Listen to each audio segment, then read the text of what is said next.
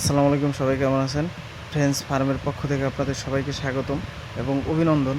যারা নতুন খামার করতেছেন বা নতুন খামারি আছেন বা যারা নতুন উদ্যোক্তা আছেন, তারা এই ৩টি বিষয় যদি মেনে না চলেন তাহলে অবশ্যই ক্ষতিগ্রস্ত হবেন।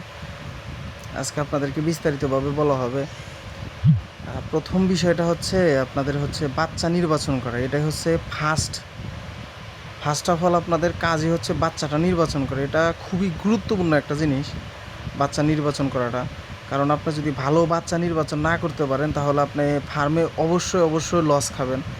কারণ দেখেন, আপনি যদি ভালো বাচ্চা নির্বাচন না করতে পারেন, বাচ্চাটা এ গ্রেডের বা বি গ্রেডের বা সি গ্রেডের বাচ্চা হলে এ গ্রেড বাদে আপনি বাচ্চাকে যতই খাওয়ান না কেন, দেখবেন যে বাচ্চাগুলো সব কুঁচকে গেছে বা আপনার বাচ্চাগুলো সব অসুস্থ হয়ে গেছে। এই জন্য হচ্ছে আপনার বাচ্চা নির্বাচন করাটা খুবই গুরুত্বপূর্ণ। বাচ্চা যে যে খামারি হচ্ছে ভালো বাচ্চা নির্বাচন করতে পারবে, সে খামারি হচ্ছে লাভবান হবে। বাচ্চা নির্বাচন করাটা খুবই গুরুত্বপূর্ণ। আর আপনারা যদি ডিমের জন্যে বাচ্চা নির্বাচন করতে চান তাহলে আপনার অরিজিনাল খাকি ক্যাম্বেল বাচ্চাটা, খাকি ক্যাম্বেল হাঁসটা আপনারা নির্বাচন করবেন। এটা হচ্ছে ডিমের জন্যে খুবই বিখ্যাত বাংলাদেশে এবং সারা ওয়ার্ল্ডে। খাকি ক্যাম্বেল হাঁসটা খুবই আপনার ডিমের জন্য বিখ্যাত। আপনারা যদি ডিমের জন্য করতে চান খাকি ক্যাম্বেল নিতে পারেন। মাংসের জন্য বেইজিং, পিকিং আরও অন্য জাত আছে, ওইগুলো হচ্ছে নির্বাচন করতে পারেন। যাই হোক, আপনাদের প্রথম কাজ হচ্ছে বাচ্চা নির্বাচন করা। সেকেন্ড কাজ হচ্ছে দায়িত্বটা কেন, আপনার ফার্ম আছে, আপনি সকালে বাচ্চাগুলোকে ছেড়ে দিলেন, আপনি বিকেলে শুধু বাচ্চাগুলোকে নিয়ে আসলেন। বাচ্চাগুলো কই থাকে, মানে বাচ্চাগুলো কীভাবে আছে, কোন হালতে আছে, এইগুলো আপনি খেয়াল করলেন না। বাচ্চা হারায়া গেছে নাকি আপনার শিয়াল কুকুরে খেয়ে ফেলছে, এইগুলো আপনি খেয়াল করলেন না। তাহলে আপনার লস প্রজেক্ট হবে। কারণ এটা হচ্ছে একটা দায়িত্বর ভিতরে পড়ে যে আপনার যে প্রজেক্টটা আছে আপনি দেখাশোনা করবেন। আপনি সকালে বাচ্চাকে ছেড়ে দিলেন বা দুপুরে বাচ্চাকে হাওর বা নদীতে ছেড়ে দিলেন, বাচ্চাগুলো ঠিকঠাক মতো আছে কি না এগুলো আপনার পরিদর্শন করতে হবে, দেখতে হবে। তাহলে আপনার লাভবান হবেন, তাছাড়া আপনার পসিবল না। দায়িত্বটা খুবই গুরুত্বপূর্ণ একটা বিষয়, কারণ এটা হচ্ছে আপনার জীবিকা নির্বাহের একটা আপনার ব্যবস্থা। আপনি যদি এইখানে অনীহা করেন তাহলে আপনি সামনের দিকে এগিয়ে যেতে পারবেন না বা আপনি সফল হতে পারবেন না। এই জন্য দায়িত্বটা খুবই গুরুত্বপূর্ণ একটা জিনিস। আর তৃতীয়ত হচ্ছে খাবার।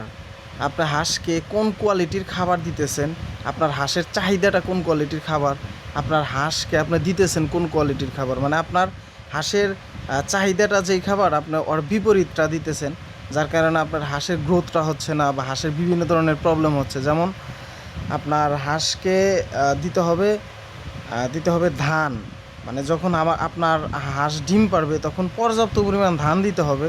ধান এবং গম, ভুট্টা এগুলো দিতে হবে। আপনি হাঁসকে দিচ্ছেন আপনার ধানের কুড়ো, তাহলে তো আর হবে না। আপনি যেই পরিমাণ চাহিদা আপনার যে পরিমাণ চাহিদা থাকবে, আপনার হাঁস আপনাকে ওই পরিমাণ চাহিদা পূরণ করতে পারবে না। এই জন্য খাবার নির্বাচন করাটা খুবই গুরুত্বপূর্ণ একটা বিষয়। যখন হচ্ছে হাঁস ডিমের জন্য উপযুক্ত হয়ে যাবে, পর্যাপ্ত পরিমাণ ধান খাওয়াইতে হবে বা পর্যাপ্ত পরিমাণ পুষ্টি সমৃদ্ধ খাবার খাওয়াইতে হবে, সাথে ভিটামিন খাওয়াইতে হবে। আপনার যদি তাদেরকে পর্যাপ্ত পরিমাণ পুষ্টি সমৃদ্ধ খাবার না খাওয়ায় অপুষ্টিকর খাবার খাওয়ান, তাহলে আপনার হাঁস আপনাকে ডিম দেবে না। 20 থেকে আপনার সর্বোচ্চ গেলে 30-40% আপনি ডিম পাবেন। আর যখন আপনার হাঁস ডিম পারবে, যখন আপনি পুষ্টি সমৃদ্ধ খাবার খাওয়াবেন, তখন দেখবেন যে আপনার হাঁস 95 থেকে 100 ডিম দিচ্ছে। এই জন্য খাবার নির্বাচন করাটা অত্যন্ত গুরুত্বপূর্ণ একটা বিষয়। যারা নতুন খামার করতে চান, যাদের হচ্ছে বিশেষ করে যারা হচ্ছে ডিম পাড়া হাঁস নিতে চান, তারা হচ্ছে অবশ্যই ভ্যাকসিন দেওয়া হাঁস নেবেন।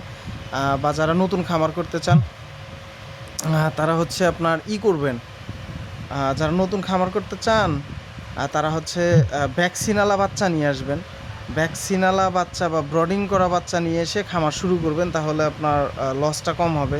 কারণ প্রথম অবস্থায় আপনারা বুঝবেন না, যার কারণে ব্রডিং করার সময় আপনাদের বাচ্চাগুলো মারা যাওয়ার চান্সটা বেশি থাকে। আমরা অনেকটাই লস খাইছি ভাই। যাই হোক, সবাই ভালো থাকবেন, সুস্থ থাকবেন, আমাদের জন্য দোয়া করবেন যাতে আমরা সফল হতে পারি, বা আপনারা যারা শুরু করবেন সফল হবেন।